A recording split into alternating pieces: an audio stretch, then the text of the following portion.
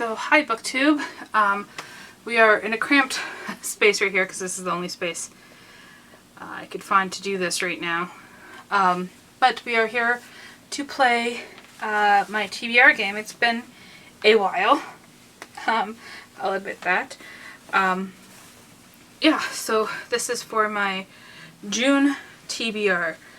So the first thing I gotta do is figure out which character I'm going to be playing here. I have Sam and Dean and Cass over here.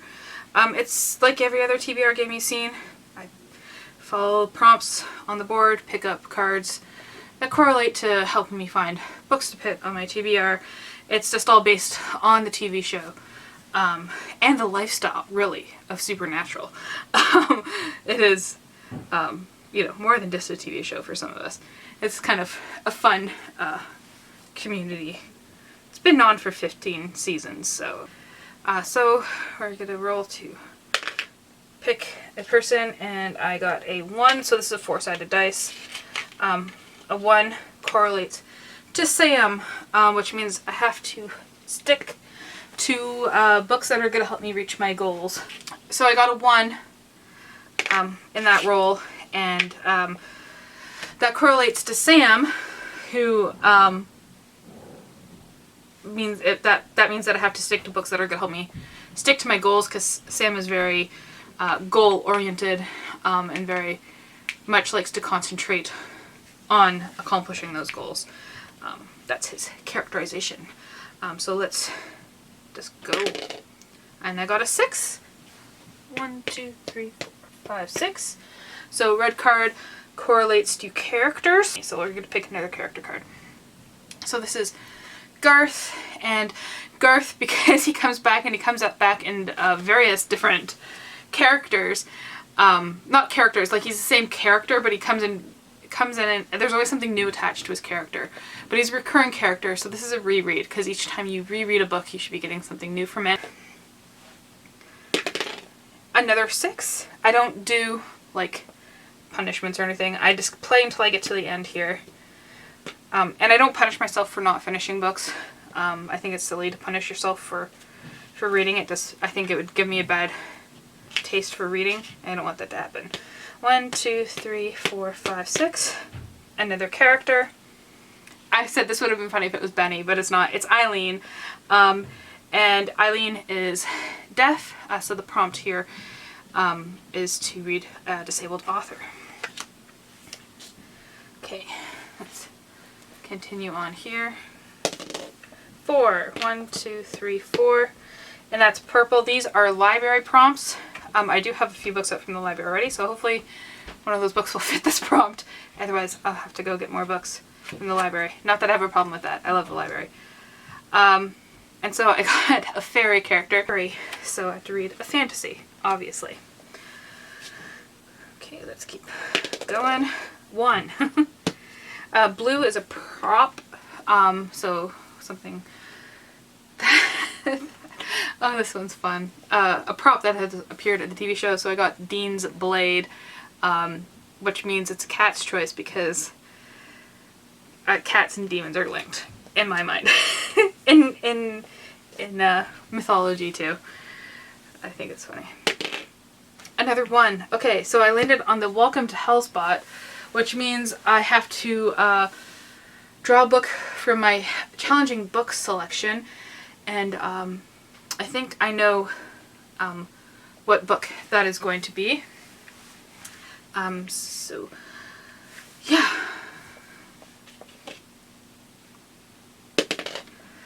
Okay, this dice is loaded, but not the right way. This is 1. Another library book.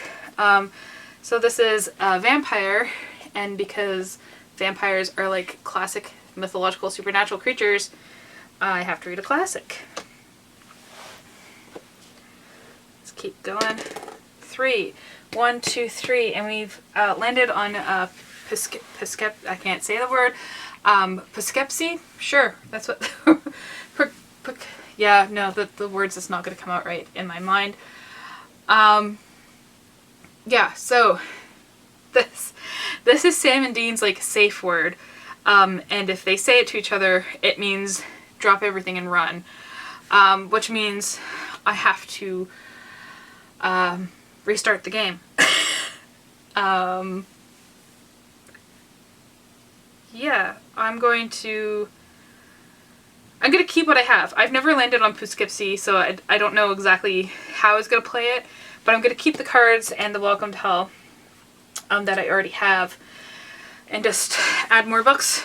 But we're gonna remove Sam from the board and pick another character, unless it ends up on 1. Yeah. And we've ended up on 2, and this is Dean, and Dean's character means that I can just stick to my gut in what I want to read.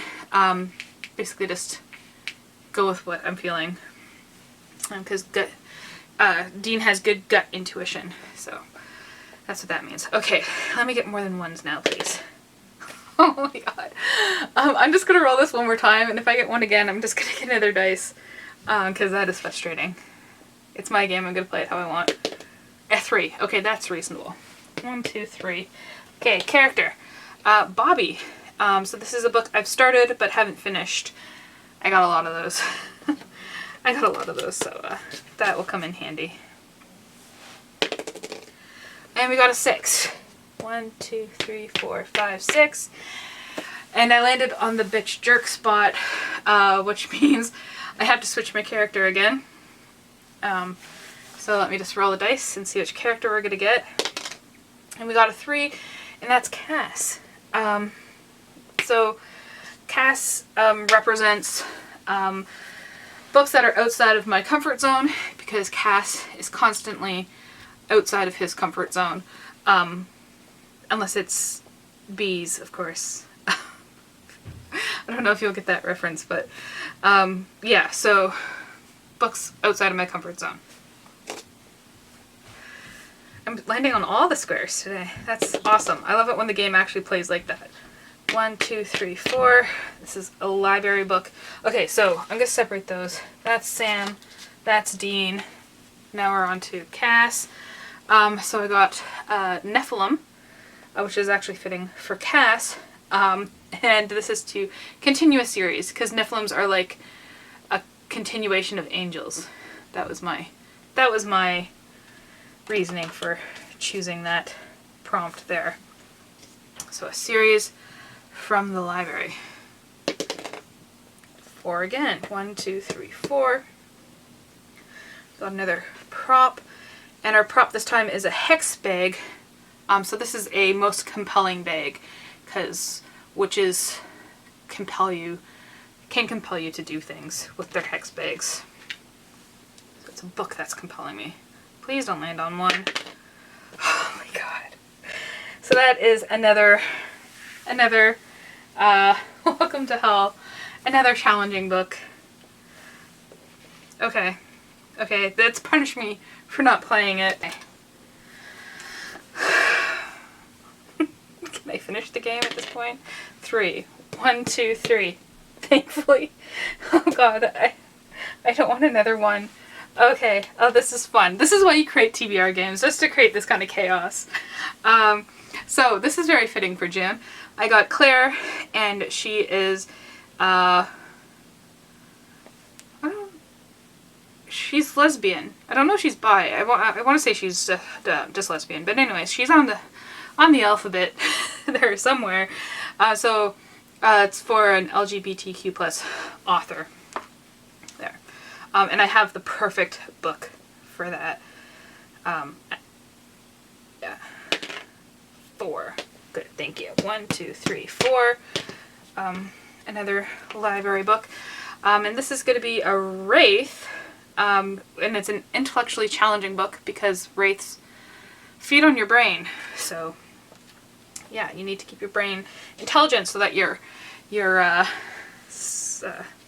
delicious to the Wraiths. 3. 1, 2, 3. It's another library book. Banshee. So this is a 5-star prediction. Just because I hadn't come up with that prompt, didn't know what to pick for Banshee. 2. 2. 1, 2. I swear we'll finish this game sometime. It will be slow, but we'll do it. Kevin. So Kevin's Asian. So BIPOC authors. Fortunately, there are not a lot of non-white people on the show. Kevin's one of the few ones, so that's why he gets that honor. You can love a show and still be critical of it, right? 5. 1, 2, 3, 4, 5. I knew I'd land on this stupid thing. Okay, this is the Demon Trap Square, and I am stuck here until I've read a poem or a short story of some sort. And where did that book of poetry go? I got a book of poetry from the library. I'm just gonna grab it here.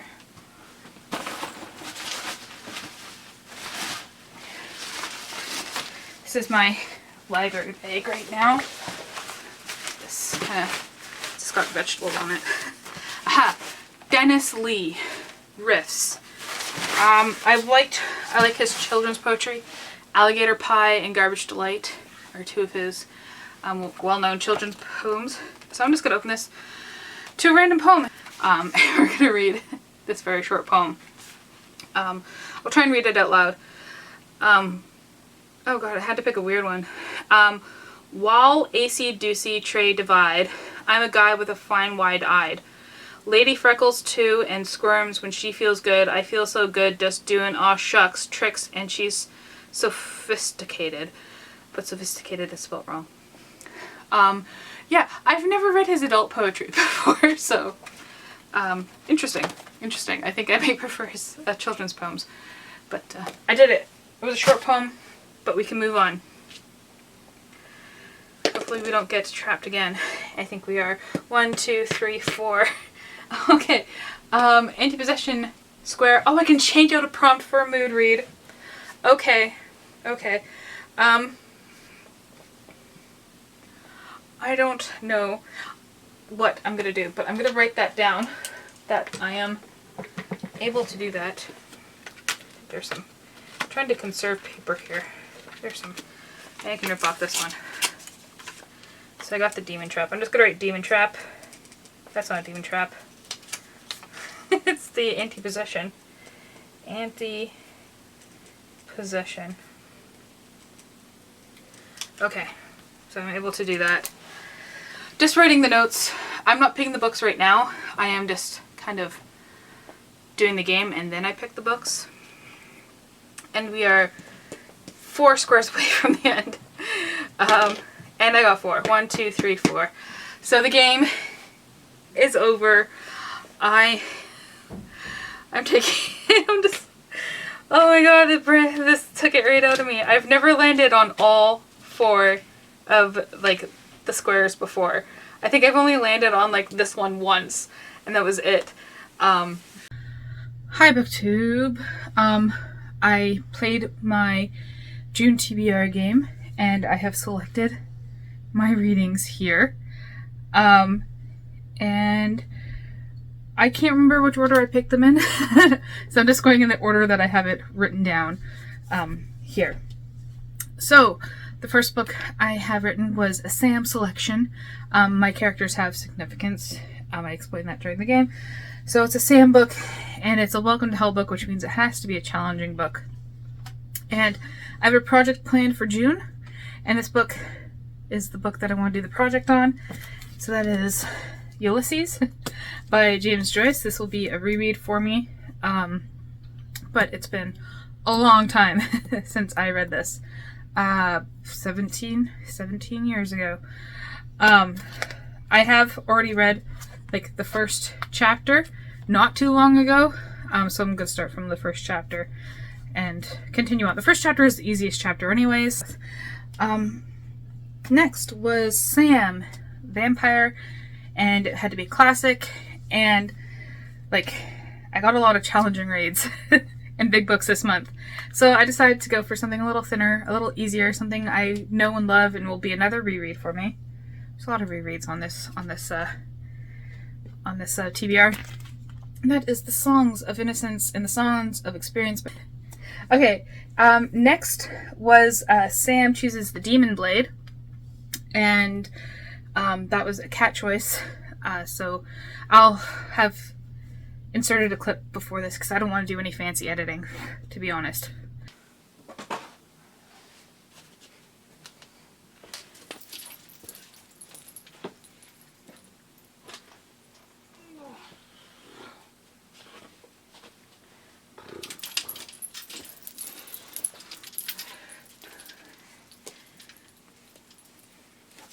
Look. Oh. Got treats. Treats. Pick a book.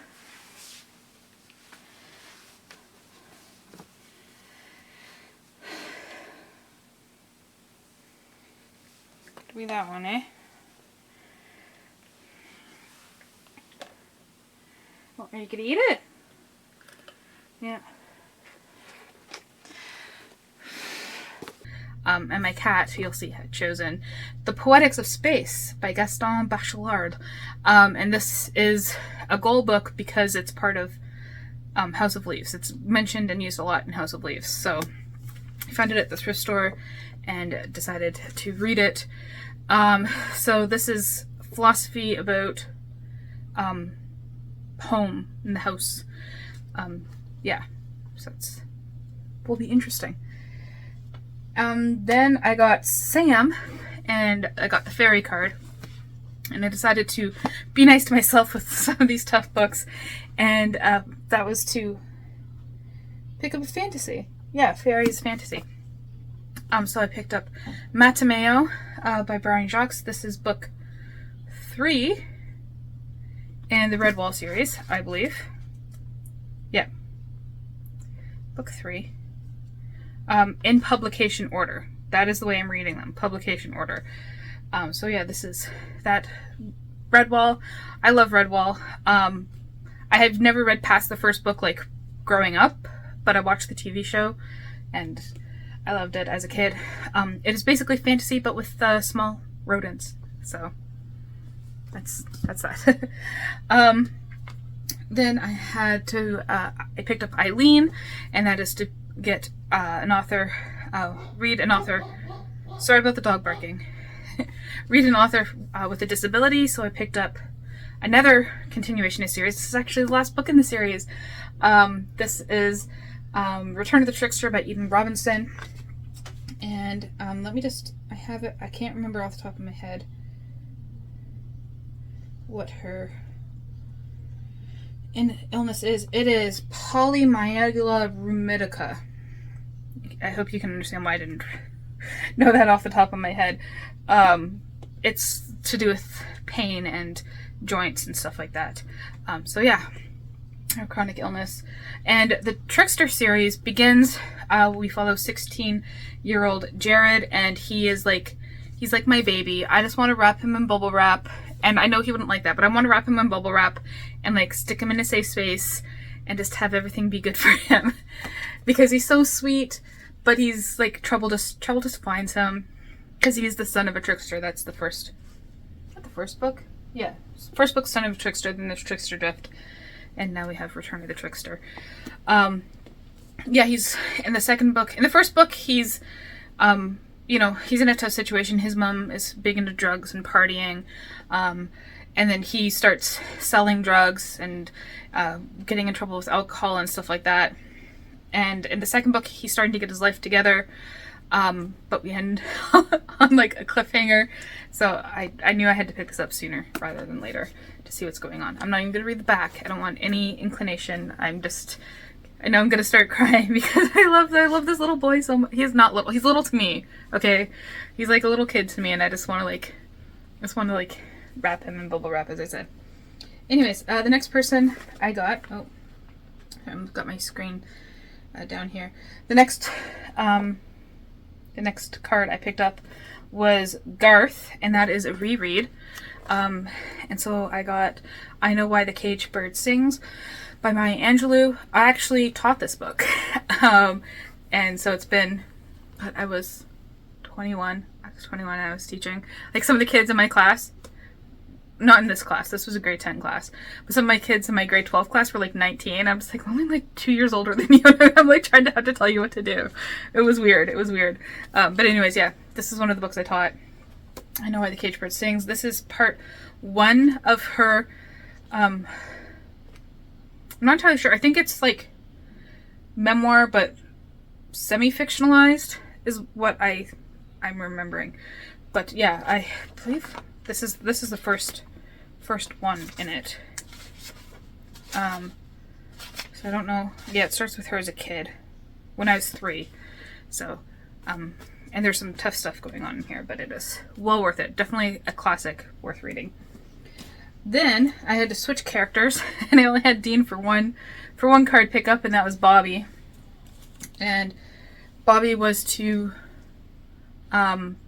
finish a book I'd already started, or something like that, because Bobby's like finishes the supernatural, like the Winchester's brothers' father, like he finishes raising them. Is that, not that you're finished raising someone, but like he took it over. That was my reasoning. Anyways, who cares? So I decided to pick up again Jerusalem, Book 3, Vernal's Inquest. You can't really see that cover, by Alan Moore. I thoroughly enjoyed this, and I was like blazing through it to get it done. And then I got to this chapter where it is, where it is taking inspiration from Ulysses, but in a very, very difficult way. So like, I don't know, like read the words on the page, as you can't see them. But like you have to read it out loud and sound it out loud, and it was taking me so long to get through this. So like, I'm just gonna pick a sentence here. Heard of hum, mere of an advertising and commercial artist, goy myself. Like I know what it's saying. Like, heard of him, mere, but except for that word, mere of an advertising and commercial artist guy myself. More, I guess more of a, like lawnmowers to look lawn mowers. Keep lawns clear and realistic, or whole thing collapses into drunken KOs. Still penned. Like, see how long it took me to get through that? So that would stop me from reading it. And I kind of looked it up, and you can skip over that part. And that's, I think, something I'm going to do. I'm going to skip over that part, finish the book, and maybe at some point go back and struggle through that chapter again. So, yeah. That's that book. And then my TBR is huge, so I have another stack over here. There's one stack here in front of me, one stack off to my side. You can just kind of see the top of my lamp there. Cool. Anyways, I'm getting distracted. And then I had to move on to Cass, and I landed on Welcome to Hell Again, which was another challenging book. And I had just bought this book, and I was really excited to read it, so I hit it on. And that is XX by Ryan Hughes. I found this at the thrift store not too long ago, and it is...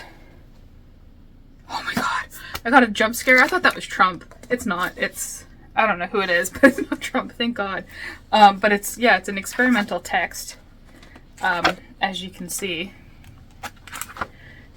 So it'll be interesting, and it's challenging most because of that and because of the size of it. So that is that book. I'm running out of places to put things here. I only have so many tables, man. Okay. That should be fine. Okay, and then I got Kevin, which was to pick a BIPOC author. And I had this book set for my TBR anyways, because it is Pride Month. So I do have a few. I intersperse LGBTQ writings all throughout my year of reading, but there were a few that I picked out because June is Pride Month for most places. New Brunswick celebrates it in July, because most of the stuff that happened for LGBTQ rights happened in July instead of June. So, in Canada, in New Brunswick. Anywho, long story short, Manil Suri's The City of Devi. This one actually is another end of a series, another trilogy. One of my favorite books, The Death of Vishnu, he wrote. And then I read The Age of Shiva, and I didn't particularly like that one, but I'm looking forward to reading this one, The City of Devi. So Minnosari himself is a gay man, and this is about jazz. The Jazzter, as he calls himself. And it's set in India and surrounding the Hindu gods there. So that's why it's Vishnu, Shiva, Devi. So there's that one. And then I picked up Banshee, and it was 5-star prediction. And I decided to go with Banana Yoshimoto's Lizard. I really liked her other collection that I read that I can't remember the name of off the top of my head, but I really enjoyed it. It was a 5-star read, so hopefully this will be a 5-star read too. I think this is a series of short stories. Just a few, but I really like her writing and her stories, the way that she like writes about like weird people. I like it. What else where am I now? Anti-possession thing I landed on. So that was, I could switch out one of the cards. I think I switched out like another challenging read card. I was just like, that's 2 is enough for a month, and I've already chosen some like bigger, more difficult books to read anyway, so I decided to switch that out for a mood read. And recently I've been listening to the New Evangelicals. They have a podcast there on YouTube as well, and they recently did this thing with real evangelicals, and he talked a lot about universalism, which is something that I believe in, and a lot of people have asked me about it, and I want to have more to say than just like my own reasoning and how I came to it. I want some like academic backup to it. I'm saying that because he mentioned it in that video. He mentioned universalism and the struggles that some people have with it. So I got this book, Unconditional, The Call of Jesus to Radical Forgiveness by Brian Zond. Universalism on like a very basic level is that you believe everyone goes to heaven, regardless of everything. So this book is about that. Okay, next is Claire, and that was an LGBTQ plus read, and I had gotten this out of the library, and I read, I'm on page 7, so it's not technically, I haven't started reading it yet. So I decided to put it on for June, and that is Tranny by Laura Jane Grace with Dan Ozzie. I have been listening a lot to Against Me lately, and just like, I really love Against Me. So yeah, and I saw this in the library, and I was like, this is like the perfect opportunity, because I have been listening to a lot of them lately. So I decided to pick it up. If you don't know, Against Me is a band. Hopefully you got that through what I was saying. But anyways, Against Me, Laura Jane Grace, very publicly transitioned in the punk rock scene. So, and like their songs after that, like some of their songs are like Transphoria Blues or something like that, and True Trans Soul Rebel, those kind of songs. So like they like very out there and open about speaking about her experience. So yeah, I decided to pick up her autobiography, memoir there, and there's lots of pictures too. It was nice to look at and be like, because I discovered Against Me kind of late, and they're notorious for selling out in the punk scene. All that kind of stuff. Last book, sorry this video's gone on for so long. I got Nephilim, which was to continue a series, and this book has been sitting like by my couch and just like staring at me. I started it in January. So it's kind of a cheat, but it's kind of not when you see how many pages are left in it. There's 720 pages left, so like it counts as more than one book at this point. And that is Bone Hunters by Steven Erikson. This is, what number are we at here? Let me just check my spreadsheet here. This is book number 6 in Book of the Fallen Malazan, or I don't know how other people pronounce it. I say Malazan. That just what comes naturally to me. And it is an epic, obviously, fantasy series where we follow more of the world as opposed to like certain people. Once you get to book 6, you'll realize, it's more of like a history of the world, and we're following some specific incidents that happen in the world. Yeah, it is one of my favorite series. I really love his writing, but it does intimidate me looking at a book that big. So that's it. Let me know what you are reading in June, and thank you for watching.